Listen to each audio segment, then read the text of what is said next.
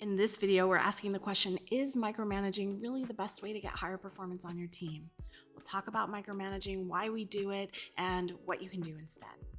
I'm Michelle Anderson, and I am an executive coach who helps new managers address interpersonal issues that have become obstacles for growth so that they can build high-impact teams. When I work with new managers, it's very common that they are micromanaging at least one member of their team. Hardly anyone wants to admit that they're doing this, and it can be really hard to see at first. Most of the time, it just feels like you're being specific in your requests, or you prefer that you're consulted if a problem comes up. You might be micromanaging if you find yourself rarely satisfied with your team's work, and you would do things differently, or you notice yourself getting so frustrated that people won't just do what they're told. Or you consider yourself a control freak. You're the kind of boss who lasers in on those details, prefers to be CC'd on all the emails, and takes a lot of pride in making corrections when they come up, catching them before they go out. Or you might be micromanaging if you constantly want to know where all your team members are and what they're working on, so you ask for frequent updates on where things stand. Or you're afraid it'll reflect poorly on you if the team doesn't do it right. So you think to yourself, well, too much is at stake to allow this to go wrong. Or you feel disrespected when things aren't done a particular way, or a decision was made without even consulting you. This isn't always evidence that you're micromanaging, but each of these things could be a red flag that remind you to pay attention and look a little bit deeper.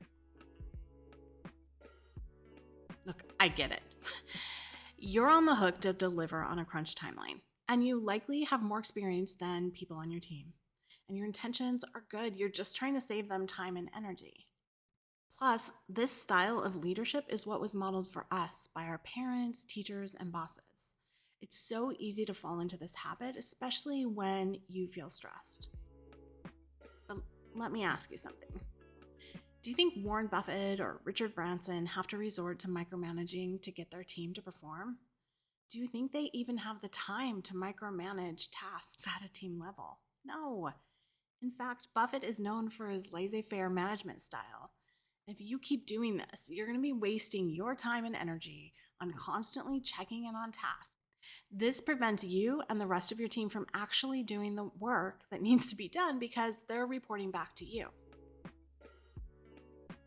Micromanaging tasks on your team is kind of like preventing your kid from doing something on their own and then getting impatient when they don't learn it the first time.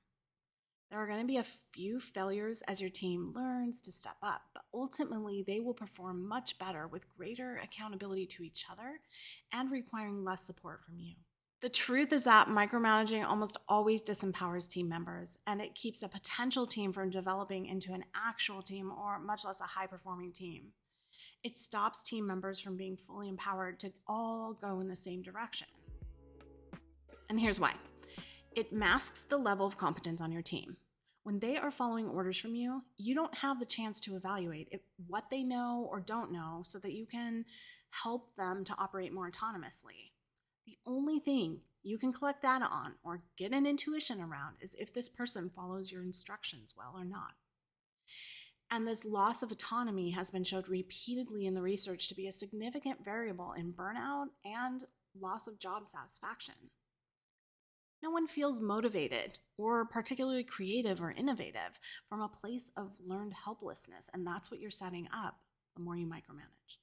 It sets up this vicious cycle of dependence and insecurity that can breed mediocre results. And it stresses you out because you feel responsible for all the things. But you know how you could actually get your team performing at a higher level so you don't miss on that big deliverable? You make sure everyone is clear on the direction you're heading and your expectations on any deliverables. You want them to be clear on the what, but not necessarily the how they're going to do it. That you want to leave to them to figure out.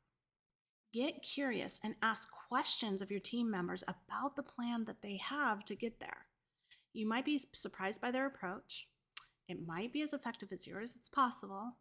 And then you create this safe container for growth that allows an appropriate level of risk-taking and doesn't punish people for making mistakes. This means that your team is going to have a few failures as they calibrate on the direction and build their skills to deliver at this higher level. And your brain is going to want to freak out and overreact because it's used to being in control and it's afraid of change. But if you can stay positive and shift your focus to what is going right, it'll go a long way in creating the type of environment that optimizes employee engagement and gets your organization results. But wait, what if micromanagement is justified? You might be asking. There are always some managers who really just want to argue about the efficacy of this in your situation at this point in time. There are famous exceptions to this rule. Steve Jobs, Martha Stewart, Jeff Bezos are all famous micromanagers. If you are micromanaging, not from a lack of trust, but rather because you have a vision for your business and are passionate about backing up that vision and getting into action, this may be less of a problem. But you had better be an expert in the details that you're getting involved with, because there is nothing worse than taking orders from someone who doesn't even really understand your product or project. Sam Walton spent most of his time flying his airplane to visit different Walmart stores, deepening his knowledge with each visit. When he had something to say, there was a deep credibility behind it because of all of his experience. So if this is something you feel okay about, just know that micromanaging will typically come at a cost to your employee engagement, and that probably is slowing you down. If you don't have the emotional intelligence to navigate these dynamics, it's probably best that you use a different strategy. It takes a really strong team to be able to withstand a micromanager. Could Steve Jobs have spent weeks on the iPhone design team if there was no one else there to mind the store during that time? If Jobs didn't have Tim Cook, the legend of Steve Jobs might have turned out totally differently.